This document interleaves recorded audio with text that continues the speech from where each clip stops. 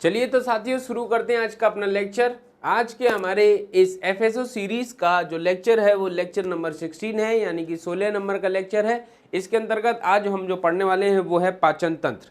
पाचन तंत्र क्या होता है और इस पाचन तंत्र के अंतर्गत हमारी परीक्षा से कौन से क्वेश्चन बन सकते हैं, इन सब बातों पर आज हमें विस्तार से चर्चा करनी है।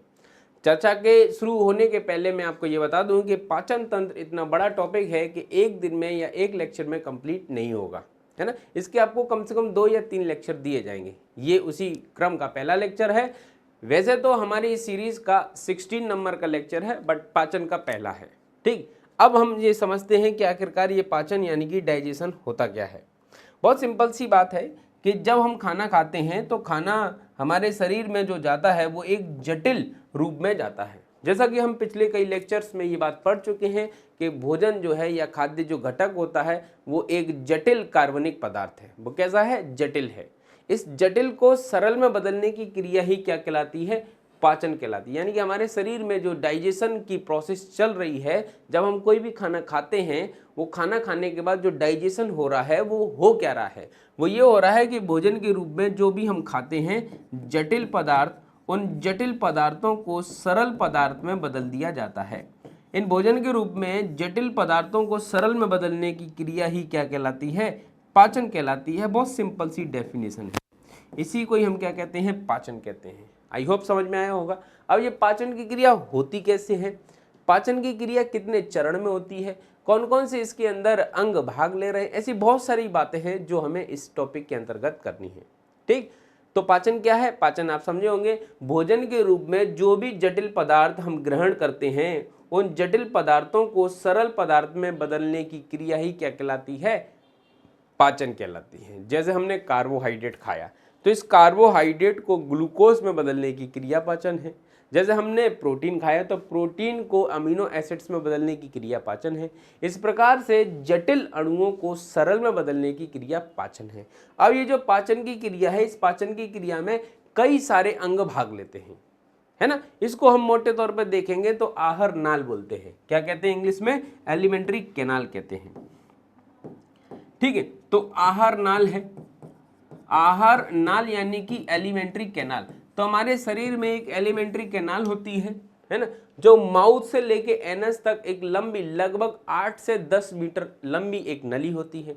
परीक्षा में यहाँ से क्वेश्चन बना है कि आहार नाल की लंबाई क्या है, तो परीक्षा में आंसर जो है वो 9 मीटर माना गया। क्यों? क्योंकि 8 से 10 मीटर इसकी लंबाई होती है।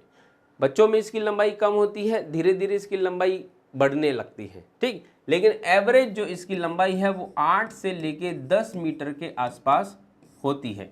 इसमें सबसे लंबी जो आहार नाल है, इसमें सबसे लंबी जो नली होती है उसका नाम है छोटी आंत। यानी कि छोटी आंत की लंबाई लगभग 6 मीटर के आसपास है। सबसे लंबी नली जो है वो कौन सी है? छोटी आंत है। ठीक है, टोटल लंबाई 8 से 10 मीटर और एवरेज जो परीक्षा में ज़्यादातर पूछी गई है वो 9 मीटर के आसपास। ठीक, अब ये जो एलिमेंट्री कैनाल है, इस कैनाल को कितने भागों में हम पढ़ेंगे? तो भैया इसके हम 2 डिवाइडेशन कर देते हैं। यानी कि एलिमेंट्री कैनाल के कितने भाग हैं, तो इसको 2 भागों में बांट देते हैं कि इसके अंतर्गत कौन कौन से अंग आ रहे हैं जिसके माध्यम से पाचन हो रहा है। तो एलिमेंट्री कैनाल के अंतर्गत हम देखेंगे कई प्रकार के हमारे पाचक अंग आते हैं, जिसमें से मुख्य अंग जो है वो इस तरीके से भाग ले रहे हैं। मुख्य अंग के अंतर्गत इस एलिमेंट्री कैनाल से जुड़े हुए जो प्रत्यक्ष अंग है, इसमें सबसे पहले है आपका मुख यानी कि माउथ। ठीक है, माउथ यानी कि ये जो आपको सामने दिखाई दे रहा है, ये सब पूरा नहीं है ना, ये केवल होठ से घिरी हुई संरचना जो है वो है माउथ यानी कि मुख। ठीक, इसके माध्यम से हम भोजन को ग्रहण करते हैं। भोजन को ग्रहण करने के बाद अंदर की ओर जब भोजन पहुंचता है तो उसका नाम है मुख गुहा। मुख गुहा यानी कि बक्कल कैविटी। अंदर क्या है? बक्कल कैविटी है, एक गुहा टाइप की संरचना है, एक केव जो है ना, केव यानी कि गुफा, है ना। तो ऐसा गुफा टाइप की संरचना है जिसे हम बक्कल कैविटी कहते हैं। क्या कहते हैं? बक्कल कैविटी यानी कि मुख गुहा। इस मुख गुहा के अंदर भी कुछ अंग पाए जाते हैं जो पाचन की क्रिया में भाग लेते हैं। जैसे इसके अंदर पाए जाते हैं आपके दांत, जैसे इसके अंदर पाई जाती है आपकी जीभ, और इसके अंदर पाई जाती है आपकी लार ग्रंथियां। लार ग्रंथियां यानी कि सेलेवरी ग्लैंड। ठीक, और यहाँ पे हम मुख्य अंग के साथ साथ अगला जो है वो ग्रंथियों वाला सेक्शन पढ़ने वाले हैं। ग्रंथियां, ठीक है, ग्रंथियां यानी कि यहाँ पे हम वो वाली ग्रंथियां पढ़ेंगे जो पाचन में भाग लेने वाली हैं, है ना। तो सबसे पहले पाचन की क्रिया में भाग लेने वाली ग्रंथि कौन सी है, यहाँ पे आपको दिखाई दे गई होगी, लार ग्रंथि। लार ग्रंथि यानी कि सलेवरी ग्लैंड्स, ठीक है, सलेवरी ग्लैंड यानी कि सलाइवा, जिससे सलाइवा निकलता है, लार निकलती है, वो वाली ग्रंथियां। तो सबसे पहले हमने जो आहार नाल का हिस्सा देखा वो माउथ देखा, एलिमेंट्री कैनाल का सबसे पहला पार्ट देखा माउथ यानी कि मुख, माउथ देखा। फिर उसके बाद माउथ अंदर एक कैविटी में खुला जिसे बक्कल कैविटी, इसका पूरा चित्र भी बताएंगे अपन अभी, है ना। तो बक्कल कैविटी, इस बक्कल कैविटी के अंदर दांत हैं, जीभ हैं और लार ग्रंथि यानी कि ग्रंथियों वाले सेक्शन में हमने वो लार ग्रंथि लिख दी। फिर उसके बाद नीचे की ओर जाएंगे तो बक्कल कैविटी एक मुड़ी हुई संरचना में खुलती है जिसका नाम है ग्रसनी। ग्रसनी को हिंदी में, मतलब हिंदी में इसको ग्रसनी और इंग्लिश में कहते हैं फेरिंग्स। क्या कहते हैं, फेरिंग्स। फेरिंग्स हमारे मतलब यहाँ पे गले में इधर ऊपर की ओर पाई जाती है। जो बक्कल कैविटी यानी कि ये आपका माउथ है और ये आपकी बक्कल कैविटी है। इस तरीके से देखेंगे तो ये सामने का हिस्सा आपको माउथ दिखा रहा है और ये बीच का जो गुफा टाइप की दिख रही है ये बक्कल कैविटी है। और यहाँ पे ये हिस्सा जुड़ा हुआ है जो नीचे इस तरीके से एक लंबी नली, जिसे अपन क्या कह रहे हैं, ग्रास नली यानी कि ईसोफेगस, जिससे भोजन कहाँ जाता है, नीचे जाता है। और ये मुड़ी हुई संरचना जहाँ पे है ये कहलाती है आपकी फेरिंग्स, है ना। फेरिंग्स यानी कि ग्रसनी, ये भोजन को नीचे धकेल देती है। फिर उसके बाद चौथे नंबर पे है वो है ग्रास नली। ग्रास नली यानी कि ईसोफेगस, इसकी स्पेलिंग ओ से स्टार्ट होती है, ठीक है। ईसोफेगस जो है वो हमारी एक लंबी इस तरीके से नली है। इस लंबी जो नली में भोजन सरकते सरकते सरकते सरकते कहाँ पहुंचता है, पेट में पहुंचता है ना। पेट को हम क्या कहते हैं, आमाशय कहते हैं। तो अगले नंबर पे कौन सा है, पांचवें नंबर पे आमाशय। आमाशय यानी कि पेट, स्टमक, ठीक। तो हमारे ये आहार नाल के अंतर्गत हम आमाशय यानी कि स्टमक तक पहुंचे, ठीक। इसके बाद की जो स्थिति है वो यहाँ पे लिख देते हैं नंबर नेक्स्ट, छठवें नंबर का। तो छठवें नंबर पे जो पाई जाती है आमाशय के बाद वो पाई जाती है आंत। आंत यानी कि इंटेस्टाइन, ठीक। अब यहाँ पे इंटेस्टाइन जो है, इंटेस्टाइन भी दो प्रकार की है, एक छोटी आंत है और एक बड़ी आंत है ना। लेकिन अब चूंकि हम आमाशय तक पहुंचे तो आमाशय यानी कि स्टमक के अंदर एक ग्रंथि और पाई जाती है। तो इस ग्रंथि का नाम लिखना जरूरी है जिसका नाम है जठर ग्रंथि। क्या नाम है इसका, जठर ग्रंथि यानी कि गैस्ट्रिक ग्लैंड। क्या नाम है इसका, गैस्ट्रिक ग्लैंड यानी कि जठर ग्रंथि। जठर ग्रंथि के बाद हमें यहाँ पे एक ग्रंथि और देखने को मिलती है जिसका नाम है यकृत। यकृत को इंग्लिश में क्या कहते हैं, लीवर, है ना। और जठर ग्रंथि को गैस्ट्रिक ग्लैंड और लार ग्रंथि को सलाइवरी ग्लैंड, ठीक। तो ये ग्रंथियां हैं, है ना। अब इसके बाद अगली जो ग्रंथि है उसका नाम है अग्नाशय।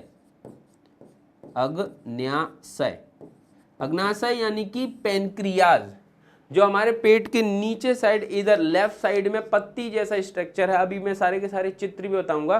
तो ये हमारे भोजन के पाचन में ये ग्रंथि भी मदद करती है ना। अग्नाशय एक प्रकार का मिक्स्ड ग्लैंड है, मिश्रित ग्रंथि है।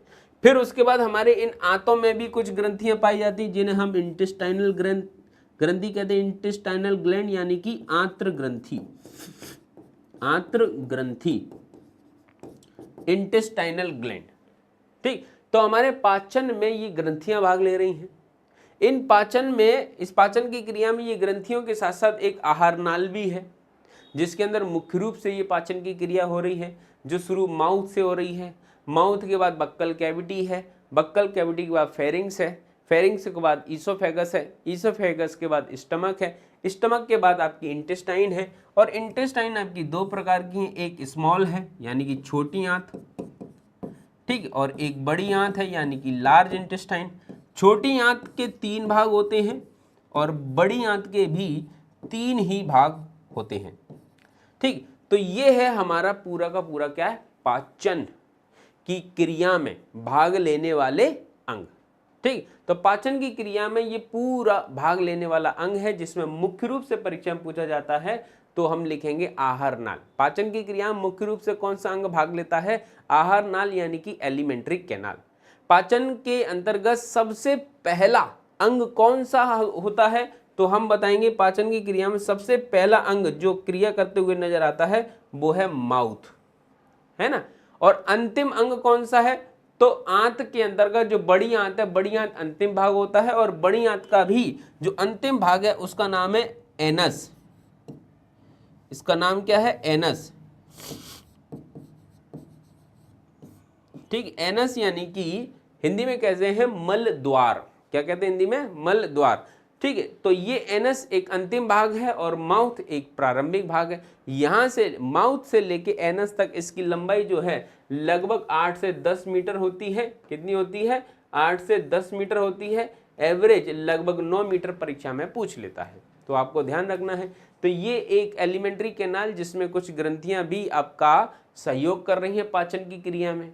ठीक, अब मैं ये बताना चाहता हूं कि ये जो पाचन की क्रिया है, ये पाचन की क्रिया होती कितने चरण में है? तो पाचन की जो क्रिया है वो पूरी तरीके से कंप्लीट होने में 5 चरण लगते हैं। ठीक, ये तो पाचन की क्रिया में भाग लेने वाले प्रमुख अंग हैं। जिन अंगों को हमने 2 भागों में बांटा, एक आहार नाल जिसमें मुख्य अंग ये इधर की ओर लिखे हैं, और कुछ पाचन की क्रिया में भाग लेने वाली ग्रंथियां जो इधर लिखी हैं। अब पाचन की क्रिया जो है ये कितने चरण में पूरी हो रही है? कौन कौन से स्टेप है इस क्रिया में? तो भाई 5 चरण हैं। कितने चरण हैं? 5 चरण हैं। तो पहला चरण कौन सा है? तो पहले चरण का नाम है, ये सारे आपको नोट कर लेना अपनी कॉपी पे, है ना, पीपीटी के माध्यम से तो ये मिल ही जाएगा। इसकी जो पीडीएफ है वो आपको लेक्चर के साथ ही मिल जाएगी, बट ये जो डायरेक्टली चल रहा है क्लास में, ये अपनी कॉपी पे लिखते जाएंगे ना तो अच्छा समझ में आएगा। ठीक, तो सबसे पहला पाचन की क्रिया में जो पहला चरण है वो है भोजन को ग्रहण करना।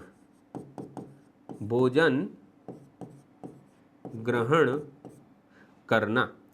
ठीक है, जब आप भोजन ग्रहण नहीं करेंगे तो ये बताओ पाचन की क्रिया स्टार्ट कैसे होगी? भोजन को ग्रहण करना बहुत जरूरी है ना। तो आपने भोजन लिया और माउथ के माध्यम से ग्रहण किया।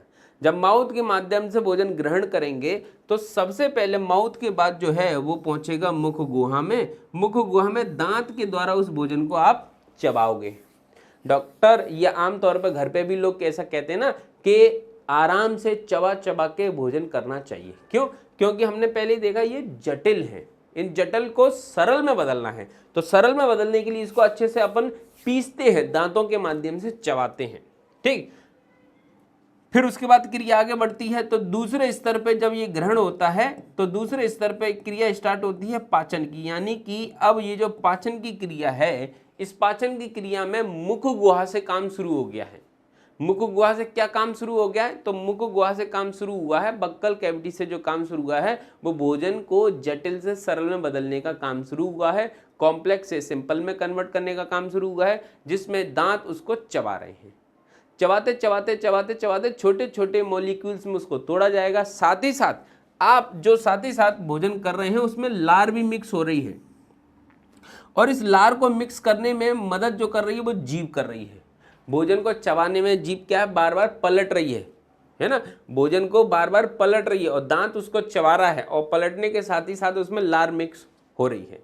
लार के अंदर एक एंजाइम होता है जिसका नाम है टाइलिन। वो टाइलिन एंजाइम क्या करेगा? इस भोजन को जहां पे भी स्टार्च देखेगा उस स्टार्च को माल्टोज में कन्वर्ट करने लग जाएगा। आगे लंबी प्रक्रिया है, धीरे धीरे इसी एंजाइम्स के माध्यम से इस जटिल को सरल में बदल दिया जाएगा, और जटिल को सरल में बदलने की इस क्रिया में लगभग 3 से 4 घंटे लग जाते हैं, और ये अंतिम रूप से आपकी छोटी आंत में जो भोजन है वो जटिल से सरल में बदलकर रेडी हो जाएगा।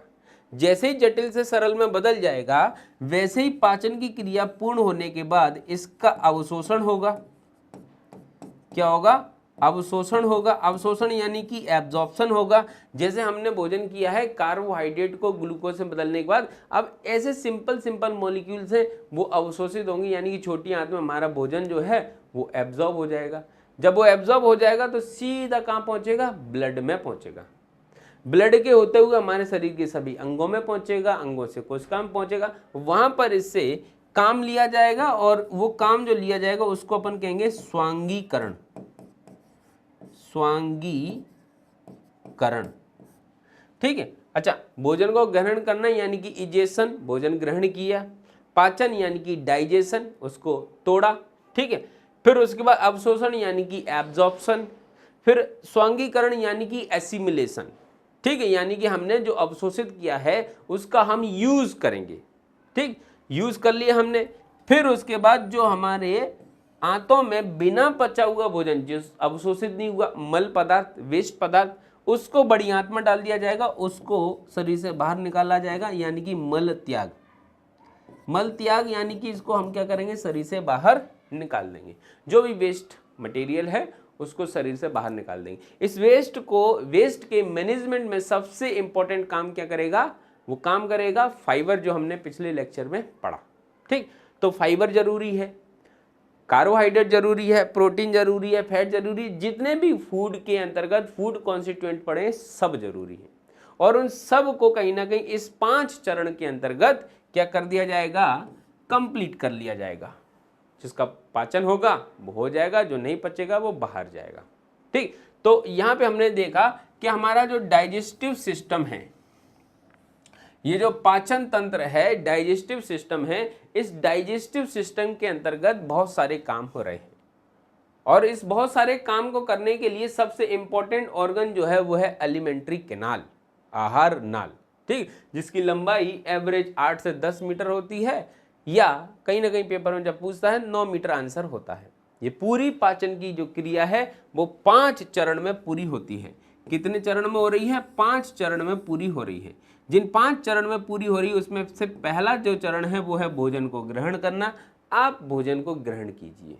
ठीक, जब भोजन ग्रहण हो जाता है उसके बाद इस जटिल को सरल में तोड़ा जाएगा। जटिल को सरल में तोड़ने के लिए आपकी एलिमेंट्री कैनाल मुख्य रूप से काम कर रही है, साथ ही साथ कुछ पाचन की ग्रंथियां हैं वो भी काम कर रही हैं। ठीक, जब ये टूट कर बिखर जाएगा, गाना सुना ना, टूट के बिखर गई, है ना, वैसे ही जब टूट के ये बिखर जाएगा, छोटे छोटे मॉलिक्यूल्स में कन्वर्ट हो जाएगा, तो उनका एब्जॉर्प्शन होगा, अवशोषण होगा। अवशोषण के बाद इसका एसिमिलेशन होगा। एसिमिलेशन के बाद जो बचेगा वेस्ट, उसको शरीर से बाहर निकाल दिया जाएगा। ये पूरी क्रिया जो है वो इस अंगों के माध्यम से पूरी हो रही है। बक्कल कैविटी मतलब मुख से स्टार्ट हो रही है, बक्कल कैविटी से होते हुए ग्रास नली, ग्रसनी और स्टमक यानी कि आमाशय और आंत से होते हुए कंप्लीट हो जाती है। अब यहाँ पे आपने ये सारी चीज़ें मैंने आपको अब समझा दी हैं, बता दी हैं। अब मैं यहाँ पे आपको एक चीज़ और बताता हूँ कि पाचन की क्रिया होती कैसे है। ये तो आपने समझा पाचन के अंग कि कहाँ कहाँ हो रही है, कैसे कैसे हो रही है, किस किस के माध्यम से हो रही है, और ये चरण। अब यहाँ पे मैं आपको एक चीज़ और बताता हूँ, ये आप नोट कर लेना। सबसे पहले तो ये आपको नोट कर लेना चाहिए, नहीं तो परीक्षा में जब पूछा जाएगा तो फिर दिक्कत आ जाएगी। ठीक, अब यहाँ पे अपन क्या देखते हैं, अब यहाँ पे देखते हैं पाचन की जो क्रिया है ना, इस पाचन की क्रिया होती कैसे है। तो ये जो पाचन है वो होता कैसे है। पाचन ऐसे होता है जैसे कि हमने कोई एक जटिल पदार्थ ले लिया, जैसे कार्बोहाइड्रेट ले दिया, कार्बोहाइड्रेट लिया। अब ये कार्बोहाइड्रेट क्या है, हमने पहले ही पढ़ रखा है, यह एक जटिल कार्बनिक अघुलनशील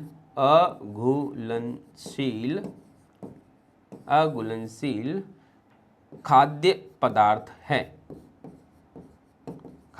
है। ठीक, ये समझ में आएगा, जटिल कार्बनिक अघुलनशील खाद्य पदार्थ। कार्बोहाइड्रेट क्या है, जटिल अघुलनशील कार्बोहाइड्रेट है, यानी कार्बनिक पदार्थ है। अब इसको जटिल को सरल में बदलने की क्रिया पाचन है ना, यानी कि इस कार्बोहाइड्रेट को सरल यानी कि ग्लूकोज में बदलेंगे। किस में बदलेंगे, ग्लूकोज में बदलेंगे। और ग्लूकोज क्या है, ग्लूकोज एक सरल कार्बनिक घुलनशील पदार्थ है, या खाद्य पदार्थ है, या पदार्थ है। ठीक, अब घुलनशील का मतलब पानी में घुल जाता है, कार्बोहाइड्रेट नहीं घुलता है। ठीक, अब इस जटिल को सरल में बदलने की क्रिया आपने ये पाचन होगा कैसे, तो पाचन की जो क्रिया है वो एंजाइम की उपस्थिति में होती है। किसकी उपस्थिति में? एंजाइम की उपस्थिति में। अगर ये एंजाइम नहीं होंगे तो आपका जटिल खाद्य पदार्थ सरल में नहीं टूटेगा, है ना।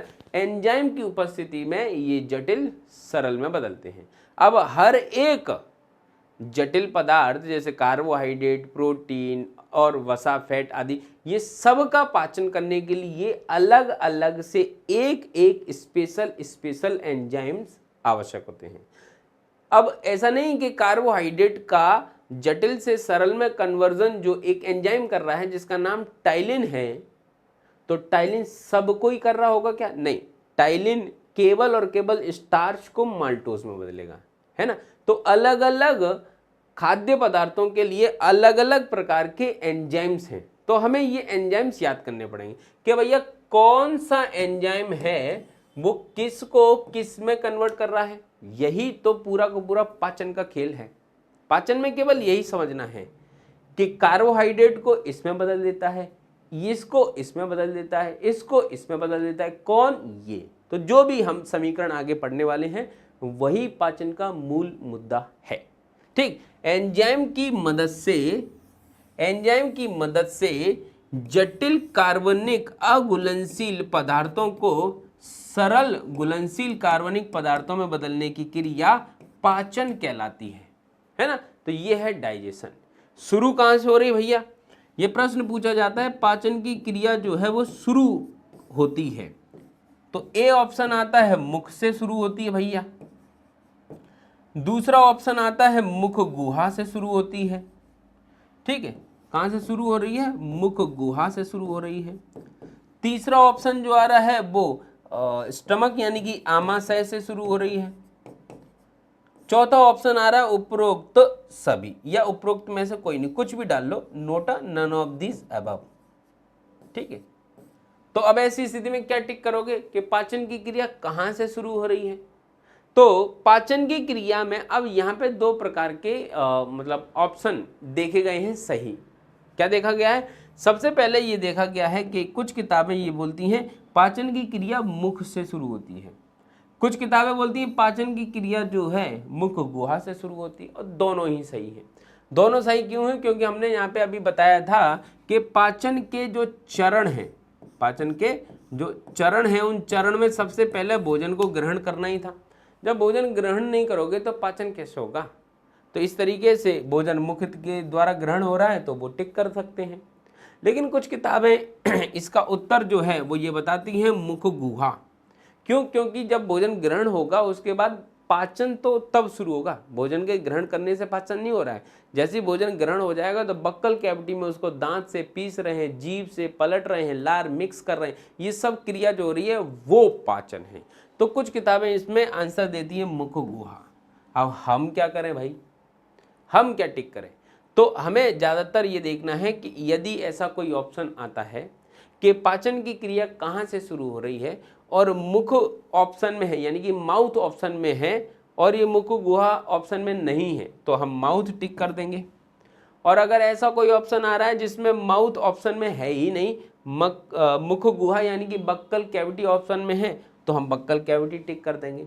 अगर दोनों ऑप्शन में आ रहा है तो हम ऐसी स्थिति में माउथ को टिक करेंगे, बक्कल कैविटी यानी कि मुख गुहा को नहीं करेंगे। जब दोनों आ रहे हैं ऑप्शन में तो हम माउथ को टिक करेंगे, क्योंकि ज़्यादातर किताब फिर इसी को ही सही मानती है। ठीक, तो पाचन क्या है आप समझ गए। अब यहाँ पे बहुत सारी चीज़ें समझ गए होंगे, एक एक करके मैं आपको थोड़ा जल्दी से रिवाइज करता हूँ, फिर अपन आगे बढ़ते हैं। पाचन क्या है? पाचन हमारे शरीर के अंदर होने वाली एक ऐसी क्रिया है जो कि हम भोजन ग्रहण करते हैं, वो जटिल रूप में होता है, अघुलनशील रूप में होता है, इनसॉल्यूबल होता है। उस इनसॉल्यूबल कॉम्प्लेक्स फूड पार्टिकल को सिंपल और सॉल्यूबल फूड पार्टिकल में कन्वर्ट करने का जो प्रोसेस है वो डाइजेशन है। इस प्रोसेस में एंजाइम्स पार्टिसिपेट करते हैं, भाग लेते हैं और इस जटिल को सरल में बदल देते हैं। इतना। और इस जटिल को सरल में बदलने के लिए आपके बॉडी के कुछ ऑर्गन्स हैं जो डायरेक्ट पार्टिसिपेट कर रहे हैं, डायरेक्ट भाग ले रहे हैं। उसको डायरेक्ट भाग लेने वाले ऑर्गन को हम एलिमेंट्री कैनाल कहते हैं, जो माउथ से शुरू होती है, एनएस पे खत्म होती है, जिसमें mouth, buccal cavity, pharynx, oesophagus, stomach और इंटेस्टाइन, ठीक, 6 मुख्य ऑर्गन होते हैं जो आपके इसके अंतर्गत पार्टिसिपेट कर रहे हैं, भाग ले रहे हैं और आपके भोजन को पचा रहे हैं। ठीक, इसके साथ जुड़े जुड़े कुछ और भी हैं जो इनडायरेक्टली कहीं ना कहीं पार्टिसिपेट कर रहे हैं, काम कर रहे हैं। जैसे एलिमेंट्री कैनाल जो है आपकी, उसके अंतर्गत बक्कल कैविटी के अंदर लार ग्रंथि भी है, सलेवरी ग्लैंड्स भी है। फिर पेट की दीवारों में अंदर एक ग्रंथि पाई जाती है जिसे जठर ग्रंथि, गैस्ट्रिक ग्लैंड कहते हैं, वो भी गैस्ट्रिक जूस निकाल रही है। आयुर्वेद में इसी गैस्ट्रिक जूस को जठर अग्नि कहा है। क्या कहा है? जठर अग्नि। तो ये जठर अग्नि ही आपके शरीर में क्या करती है? पाचन को आगे बढ़ाती है। ठीक, पूरी तरीके से पाचन के लिए जिम्मेदार भी होती है। ठीक है, फिर उसके बाद ये भोजन जैसा भी पच पचा के पहुंचता है नीचे, कहाँ? आंतों में। छोटी आंत में जब पहुंचता है तो छोटी आंत में ये भोजन जो है ना पूरी तरीके से एसिडिक होता है। इस एसिडिक भोजन को कन्वर्ट किया जाता है, न्यूट्रलाइज्ड किया जाता है, हमारे शरीर से पित्त निकलता है उस पित्त के माध्यम से, है ना, बाइल जूस के माध्यम से। पित्त यानी कि बाइल जूस, जो कौन बना रहा है? लीवर बना रहा है। लीवर इसको कहाँ स्टोर रखता है? गॉल ब्लैडर में। अगर ये पूछा जाए बाइल जूस कहाँ से निकलता है तो अपन बताएंगे बाइल जूस निकलता है गॉल ब्लैडर से। अगर ये पूछा कौन बनाता है तो बनाता लीवर है। लीवर ने बनाया, जैसे घर में खाना बनाया, बनाने के बाद आपने खाना नहीं खाया तो उसको फ्रिज में रख दिया, फिर आप आए फ्रिज में से निकाला, गर्म किया, खा लिया, तो आपको भोजन कहाँ स्टोर मिला? फ्रिज में। यानी कि हमारे लीवर के अंदर एक गॉल ब्लैडर है, हरे रंग की थैली है, और उस थैली के अंदर रखा रहता है ये बाइल जूस, जिसका निर्माण करता है लीवर। ठीक, अब वहां से निकलेगा, छोटी आंत में जाएगा, उसको न्यूट्रलाइज करेगा, फिर पाचन की क्रिया आगे बढ़ेगी। फिर उसके बाद धीरे से यहाँ से एक ये जो पेनक्रियाज है यहाँ पे इसका मतलब क्या है? पेट के नीचे यहाँ पे आंतों के बीचों बीच एक छोटी सी ग्रंथि होती है जिसका नाम मिश्रित ग्रंथि है, एक तरीके से मिश्रित ग्रंथि है, और इसका नाम होता है पेनक्रियास यानी कि अग्नाशय। इस अग्नाशय के एक्सोक्राइन वाला पार्ट, दो भाग होते हैं क्योंकि मिश्रित है ना, एंडोक्राइन एक्सोक्राइन दोनों, तो एक्सोक्राइन वाले पार्ट से एंजाइम्स निकलते हैं। एंजाइम्स किस रूप में निकलते हैं? एक रस निकलता है, रस का नाम है पैनक्रियाटिक जूस। सारे नाम हम पढ़ेंगे। अभी मैं आपको एक ओवरव्यू दे रहा हूं कि हमको क्या क्या कंप्लीट करना है। पैनक्रियाटिक जूस में 3 एंजाइम होते हैं। पैनक्रियाटिक जूस आपके कार्बोहाइड्रेट, प्रोटीन और वसा तीनों को पचा देता है, इसलिए पैनक्रियाटिक जूस को आप क्या कहते हैं? पूर्ण पाचक रस कहते हैं। पूर्ण पाचक रस यानी कि वो कार्बोहाइड्रेट, प्रोटीन, वसा तीनों को पचा देता है। फिर जब वो आता है तीनों को पचा देता है। जब भोजन छोटी आंत में अंतिम रूप से पचकर कंप्लीट हो जाता है कि अब डाइजेशन हो चुका है कंप्लीट पूरी तरीके से, तो जब डाइजेशन पूरी तरीके से कंप्लीट हो जाएगा तो वो जाएगा आपके बड़ी आंत में, जो अब बच गया है अपशिष्ट। जो अपशिष्ट के पहले की क्रिया क्या होगी? पचने के बाद अवशोषण होगी, एब्जॉर्प्शन होगा, चला जाएगा, जो बच जाएगा मल पदार्थ, वो वेस्ट पदार्थ जो है वो बड़ी आंत के सीकम, सीकम से कोलोन, कोलोन से रेक्टम, रेक्टम से एनस, एनस से बाहर। तो पूरी क्रिया जो है वो ऐसे ही चलती रहेगी। इसको क्या कहेंगे हम? पाचन। ठीक, समझे? कितने चरण? 5 चरण। कितने अंग? 2 अलग अलग अंग। मुख्य अंग आहार नाल, एलिमेंट्री कैनाल। अन्य ग्रंथियां कितनी? 4-5 ग्रंथियां। कौन कौन सी? सबसे पहली लार ग्रंथि, दूसरी जठर ग्रंथि, तीसरी कौन सी? लीवर, चौथी अग्नाशय, 5वीं आंत्र ग्रंथि, इंटेस्टाइनल ग्लैंड। ठीक, आहार नाल के भाग, तो भैया आहार नाल का पहला भाग माउथ, दूसरा मुखगुहा, बक्कल कैविटी। बक्कल कैविटी के अंदर क्या क्या पाए जा रहे हैं? दांत, जीभ और लार ग्रंथि। ठीक है, फिर नीचे जाएंगे तो क्या मिलेगी? फेरिंग्स यानी कि ग्रसनी। फिर उसके नीचे ग्रास नली, लंबी नली जिसे फूड पाइप भी कहते हैं। आहार जो नली है उसके अंदर इतने वाले हिस्से को, जहाँ से ये ईसोफेगस जो गले से लेके पेट तक जोड़ रही है उसको फूड पाइप या खाद्य नली कहते हैं, भोजन नलिका भी कहते हैं। ठीक, और यहाँ पे पेट के मतलब आमाशय, आमाशय के बाद सीधा छोटी आंत, छोटी आंत में बड़ी आंत और छोटी आंत। ठीक, आंत में छोटी आंत और बड़ी आंत। ठीक, अब ये हुआ पाचन। अब एक एक करके हम इसमें देख लेते हैं पाचन के अंग। जैसा मैंने बताया कि मैं आपको एक एक करके पूरे चित्र दिखाऊंगा, चित्र थोड़े विचित्र हैं। ठीक है, अब इनको अच्छे से क्या करना है? समझते जाना है। फिर इनकी जो क्रिया होगी कौन सा एंजाइम कहाँ से निकल रहा नाम बता दूंगा, अगले लेक्चर में इनके काम बता दूंगा, ठीक है। तो ये है आपका माउथ, ठीक है, ये क्या है, माउथ है। जो आप ऐसा खोलते ना मुंह तो जो दिखाई देता है ये माउथ है। जो जब माउथ खोलते हैं तो अंदर जो दिखाई देता है वो ये है बक्कल कैविटी, मुख गुहा, जिसमें हमने क्या क्या देखा, जिसमें हमने देखा ये दांत एकदम सफेद सफेद लगता है, ये रोज दांत साफ करता होगा, है ना। मतलब इसका मतलब ये नहीं कि आप नहीं करते होंगे, आप भी करते होंगे, मैं भी करता हूँ, कोई बात नहीं, अच्छी बात है। तो ये दांत है और ये जीभ है, और इसी के आगे आसपास यहाँ पे यहाँ पे यहाँ पे पाई जाती है ग्रंथियाँ, ठीक। अब ये दांत क्या करेंगे काम, ये दांत करेंगे भोजन को चबाने का, भोजन को चबाया जाएगा। जीभ क्या काम करेगी, भोजन में लार को मिक्स करेगी, क्या करेगी, लार को मिक्स करेगी। साथ ही साथ जो भोजन में स्वाद है, अपन खाते हैं ना खाना, खाना खाने के बाद अपने को लगता है कि यार बहुत मज़ेदार है, एकदम यम्मी यम्मी, टेस्टी टेस्टी, ठीक है। क्यों, क्योंकि उसमें क्या है, मीठा है, या वो जो भी हमको जैसा पसंद है, तो भोजन के स्वाद को महसूस कराता है। जीभ का आगे का हिस्सा मीठे स्वाद को महसूस कराता है, जीभ के बगल वाला हिस्सा जो है वो हमें खट्टे और नमकीन स्वाद को महसूस कराता है, जीभ का पिछला हिस्सा जो है वो हमें कड़वे और तीखे स्वाद को महसूस कराता है। इसलिए जब मिर्च लगती है ना, पीछे वाले हिस्से में लगती है, और कड़वा भी लगता है, दवाई खाते हैं कड़वी लगती है, तो वो भी पीछे के हिस्से में लगती है, जीभ का पीछे का हिस्सा, ठीक है, ठीक है। तो ऐसी स्थिति में हमको यहाँ पे ये समझ में आया कि पहला हो गया हमारा माउथ, माउथ के बाद ये अगली होगी हमारी बक्कल कैविटी, अगली क्या है हमारी बक्कल कैविटी, है ना।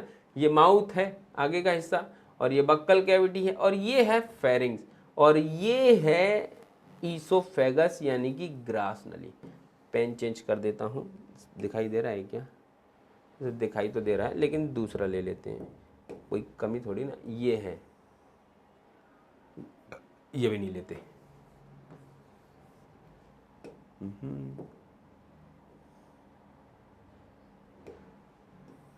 अरे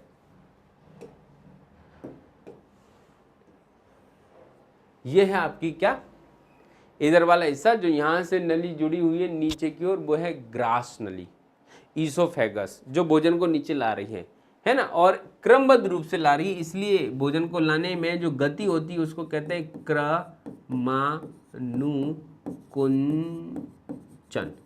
क्रमानुकुंचन। इस गति के माध्यम से क्या होता है, धीरे धीरे क्रमबद्ध रूप से भोजन सरकते सरकते सरकते सरकते सरकते सरकते सरकते सरकते पेट में आ जाता है। पेट यानी कि हमारा आमाशय, पेट यानी कि हमारा आमाशय, ठीक, यहाँ पे हमारा भोजन आ जाता है। आमाशय में आने के बाद यहाँ पे पाचन की क्रिया होती है, पाचन की क्रिया के बाद वो सीधा छोटी आंत में आता है, छोटी आंत से पच जाता है, और पचने के बाद वो बड़ी आंत में जाता है, बड़ी आंत से ऐसे होते हुए वो शरीर से बाहर निकल जाता है। तो ये है हमारी पूरी एलिमेंट्री कैनाल, ठीक है। इस एलिमेंट्री कैनाल के अंदर हमने माउथ और बक्कल कैविटी को देखा। अब बक्कल कैविटी के अंदर क्या क्या है, दांत हैं। बक्कल कैविटी के अंदर क्या क्या है भैया, दांत हैं। दांत जो हैं आपके कितने होते हैं, 32 दांत होते हैं। 16 दांत ऊपर होते हैं, 16 दांत नीचे होते हैं, दोनों मिला के 32 हो जाते हैं। दांत हमारे जीवन में 2 बार आते हैं, इसलिए मानव को डाइफियोडोंट कहा जाता है, द्विबार दंती कहा जाता है। और ये जो दांत आ रहे हैं, इनमें से पहले जो दांत आते हैं उनको हम मिल्क टीथ यानी कि ऐसे जो दूध के दांत कहा जाता है। इसको क्या कहते हैं हम, दूध के दांत। ये टूट जाते हैं फिर नए निकल आते हैं, ठीक है, फिर दोबारा टूटेंगे तो नहीं निकलेंगे, है ना। इसीलिए लोग आमतौर पे कहते हैं ना, मुंह संभाल के बात करना नहीं तो दांत तोड़ देंगे, क्योंकि एक बार दांत टूटेगा तो दोबारा निकलेगा, क्योंकि ये मिल्क टीथ है, दूध के दांत हैं।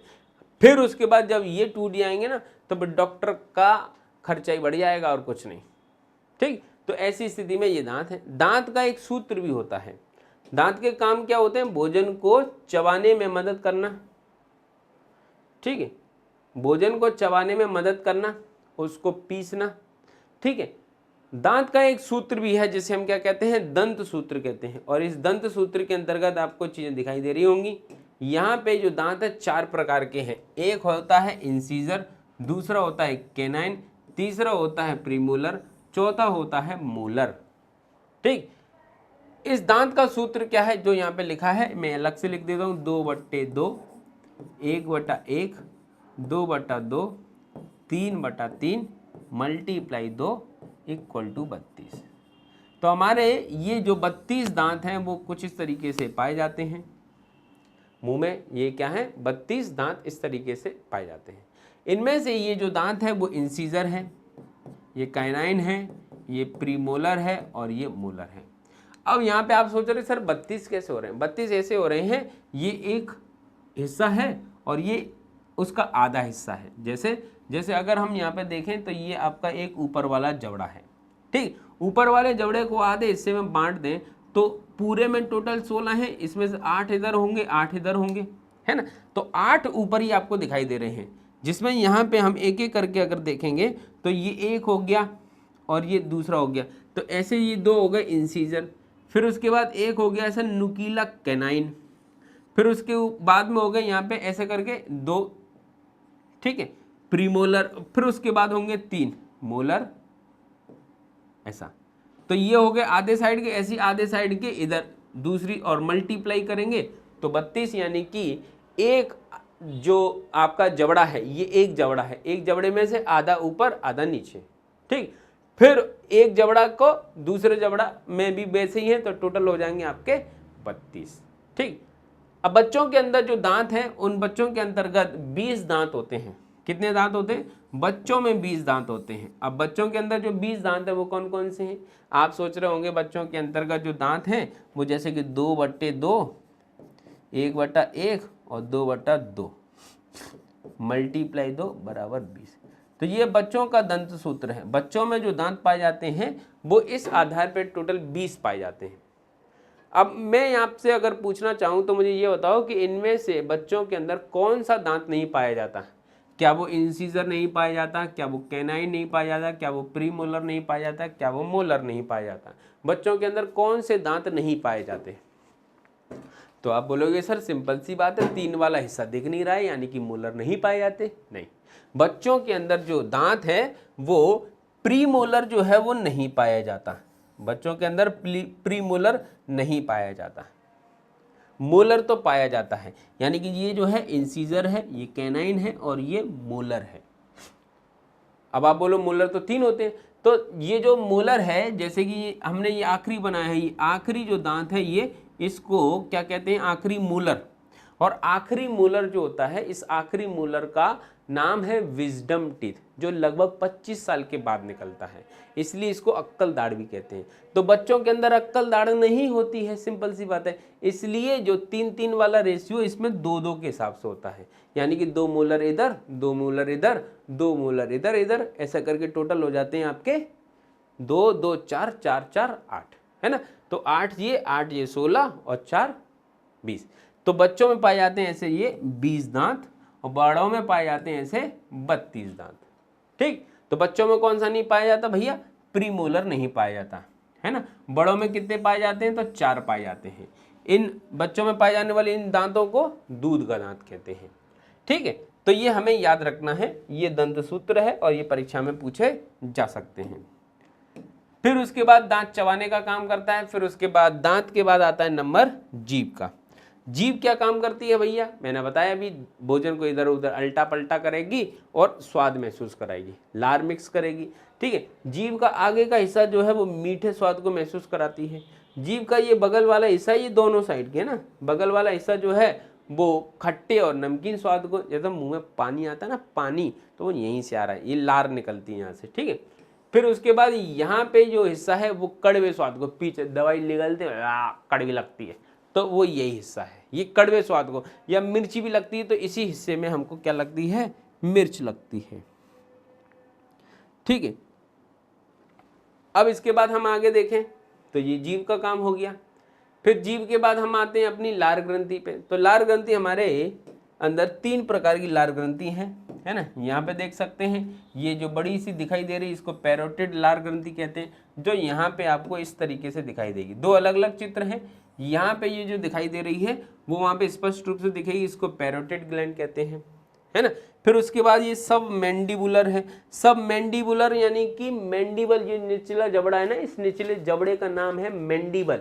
इस हड्डी का नाम है मैंडिबल। इस मैंडिबल हड्डी के नीचे इधर पाई जाती है, इसलिए इसको कहते हैं सब मैंडिबुलर, है ना।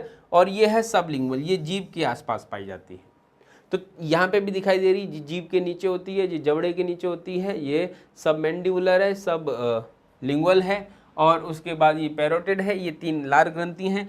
तीनों लार ग्रंथियां जो हैं, इन तीनों लार ग्रंथि से क्या निकलती है, लार निकलती है। और लार में क्या पाया जाता है, एक एंजाइम पाया जाता है भाई। इस एंजाइम का नाम क्या है, एंजाइम का नाम है टाइलिन। क्या नाम है इस एंजाइम का, टाइलिन। टाइलिन एंजाइम क्या काम करेगा, जब भी आप भोजन करेंगे और उस भोजन में आपको कहीं पे भी स्टार्च दिखेगा, इस स्टार्च को कन्वर्ट कर देगा माल्टोज में। इस स्टार्च को किस में कन्वर्ट कर देगा, माल्टोज में। तो ये काम करता है क्या, ये काम करता है आपका स्टार्च को माल्टोज में कन्वर्ट करने का, जिसका नाम क्या है, टाइलिन। ठीक है। उसके बाद आगे देखें तो ये है। फिर उसके बाद आपका अगला हिस्सा, इस अगले हिस्से के अंतर्गत आपको दो चीज दिखाई दे रही हैं, जैसे ये माउथ, ये बक्कल कैविटी, और इसके बाद ये फेरिंग्स और ये लंबी ईसोफेगस, है ना। लंबी ईसोफेगस यानी कि भोजन की नली जो भोजन को नीचे ला रही है, इसलिए इसको फूड पाइप कहते हैं, भोजन नलिका। ठीक। हालांकि इसके अंदर भी एक ग्रंथि पाई जाती है, इस ग्रंथि का नाम है श्लेष्म ग्रंथि, इंग्लिश में कहते हैं म्यूकस ग्लैंड। जो चिपचिपा पदार्थ होता है जब नाक साफ करते हुए निकलता है वो म्यूकस है, और जिसको कफ की समस्या होती है उनमें ये म्यूकस ज्यादा बनता है। ठीक है। फिर उसके बाद आगे देखें, हालांकि इसी बगल में ट्रैकिया होता है, विंड पाइप यानी कि जहाँ जिससे सांस जारी होती है।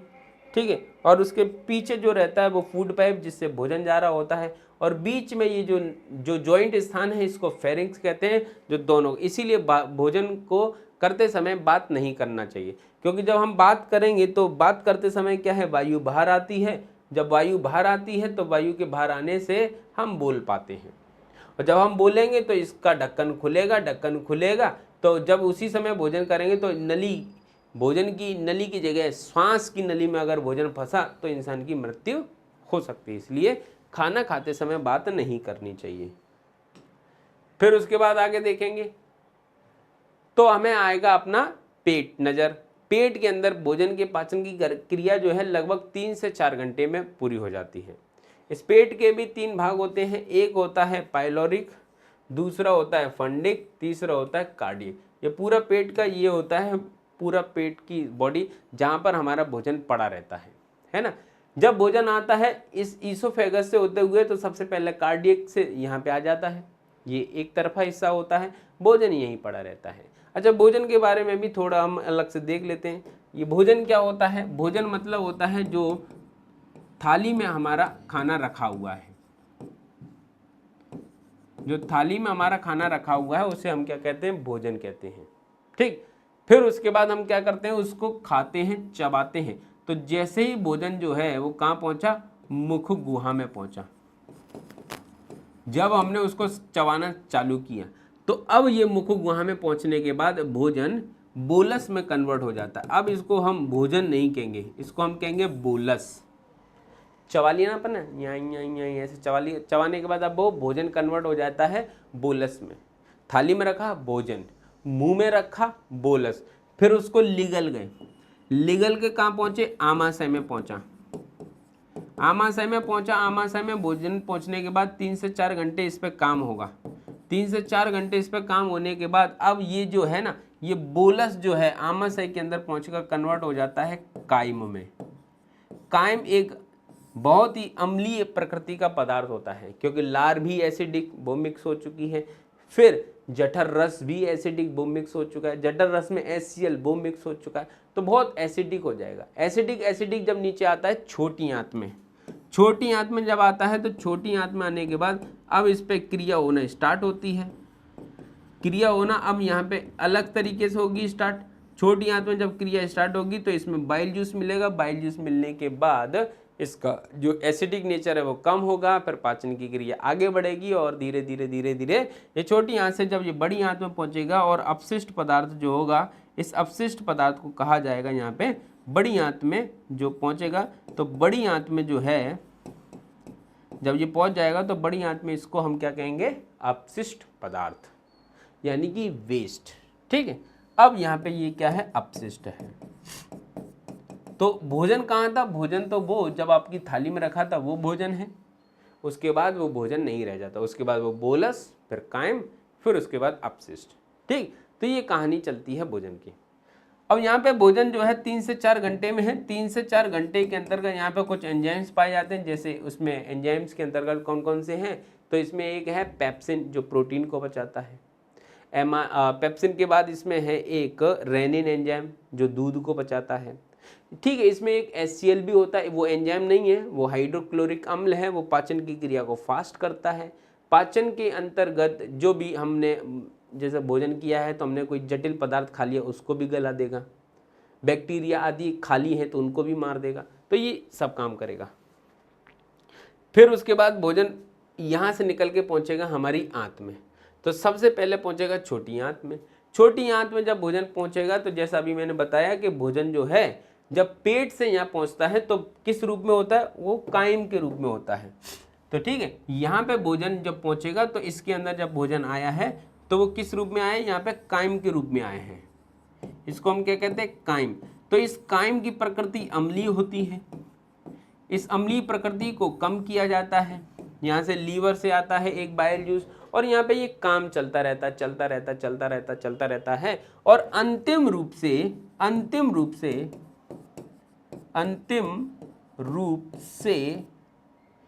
पाचन पूर्ण हो जाता है। कैसे होगा, कौन कौन से एंजाइम भाग लेंगे, क्या क्या क्रियाएं होंगी, ये अगले लेक्चर में देखेंगे। ठीक है, तो यहाँ अंतिम रूप से भोजन का पाचन पूर्ण हो जाता है। जब पच जाता है तो अपशिष्ट पदार्थ जो है, जो अपशिष्ट बचा है, ठीक, अपशिष्ट बचा है जिसका हमारे शरीर में कोई उपयोग नहीं बचा है, वो यहाँ डाल दिया जाएगा। तो ये जो हिस्सा है वो सीकम है, ये जो हिस्सा है वो अपेंडिक्स है। सीकम के ऊपर ये कोलोन है, असेंडिंग, ट्रांसवर्स और डिसेंडिंग। फिर उसके बाद ये हिस्सा जो है वो ये एनस वाला हिस्सा, रेक्टम वाला हिस्सा है और उसके बाद अंतिम जो हिस्सा है वो है एनस। इस एनस मार्ग से होते हुए हमारे शरीर से भोजन क्या है, अपशिष्ट जो है वो बाहर निकल जाता है। ठीक है, इस प्रकार से जो भोजन के पाचन की क्रिया पूरी हो जाती है। हम माउथ के थ्रू भोजन एंटर करते हैं, बक्कल कैविटी में चबाते हैं, लार मिक्स करते हैं, फेरिंक्स ईसोफेगस से होते हुए पेट में जाती है। पेट में 3 से 4 घंटे के अंदर काम होता है। कायम में वो कन्वर्ट होता है। कायम जो है वो छोटी आंत में जाता है। छोटी आंत में सबसे पहले बाइल जूस आता है, एसिडिक नेचर को कम करता है। फिर पैनक्रियाटिक जूस आता है, पूर्ण रूप से पाचन होता है। छोटी आंत में भी कई इंटेस्टाइनल ग्लैंड से जूस निकलते हैं, वो भी पाचन वाचन करते हैं। पूरी तरीके से पचने के बाद छोटी आंत में अवशोषित हो जाता है। अवशोषण के बाद जो बचता है वो बड़ी आंत में आता है। बड़ी आंत में जल का अवशोषण होता है ना। यहाँ याद रखेंगे, बड़ी आंत में क्या होता है, जल का अवशोषण होता है। जल का एब्जॉर्प्शन जो है वो बड़ी आंत में हो रहा है। बड़ी आंत में जल अवशोषित हो जाता है। अवशोषण के बाद जल के अवशोषण में जो मदद करता है वो फाइबर करता है। जल के अवशोषण को कुछ मात्रा में रोक लेता है, जिससे जो मल पदार्थ वो एकदम ठोस नहीं हो पाता। नहीं एकदम ठोस हो जाएगा तो कब्ज हो जाएगी। कब्ज की समस्या के लिए फाइबर जरूरी है, मतलब कब्ज की समस्या ना हो इसलिए फाइबर जरूरी है। ठीक है, और अपशिष्ट को बाहर निकाल देते हैं और इस प्रकार से पाचन की क्रिया पूर्ण हो जाती है, पूरी हो जाती है। लीवर का अपना एक इम्पॉर्टेंट काम होता है, जैसा मैंने बताया ये गॉल ब्लैडर है। लीवर बाइल जूस बना के यहाँ रख देता है और इसी से बाइल जूस छोटी आंत में पहुँच जाता है। बाइल जूस है ना, पित्तरस। ठीक है, फिर जैसे कि ये हमारा क्या है, लीवर है, ये गॉल ब्लैडर हरे रंग का, और ये जो पीले रंग की पत्ती जैसी स्ट्रक्चर दिख रही है ये पेनक्रियाज है। यहाँ से पेनक्रियाटिक जूस पहुँचेगा। ये छोटी आंत का पहला हिस्सा जिसे डूडोनम नाम दिया गया है। क्या नाम दिया गया है, डूडोनम, है ना। ये वाला जो हिस्सा है इसको डूडोनम कहते हैं। इस डूडोनम के माध्यम से कायम जो है वो छोटी आंत में घुस जाता है और यहाँ पे पाचन की क्रिया होती है। और ये पूरी पाचन की क्रिया हल्के से पिंक रंग की जो नली दिख रही है उसमें होता है, जिसका नाम है जूजोनम। पेपर में थोड़ा डेप्थ में घुसेगा तो ये नाम पूछेगा, है ना। ये पाचन की क्रिया छोटी आंत में अंतिम रूप से कहाँ पूरी होती है, तो जूजोनम में होती है। फिर जूजोनम के बाद इलियम में वो अवशोषित हो जाती है, फिर बचा हुआ पदार्थ कहाँ जाता है, बड़ी आंत में आता है। बड़ी आंत के 3 भाग हैं। पहला भाग क्या है, सीकम है।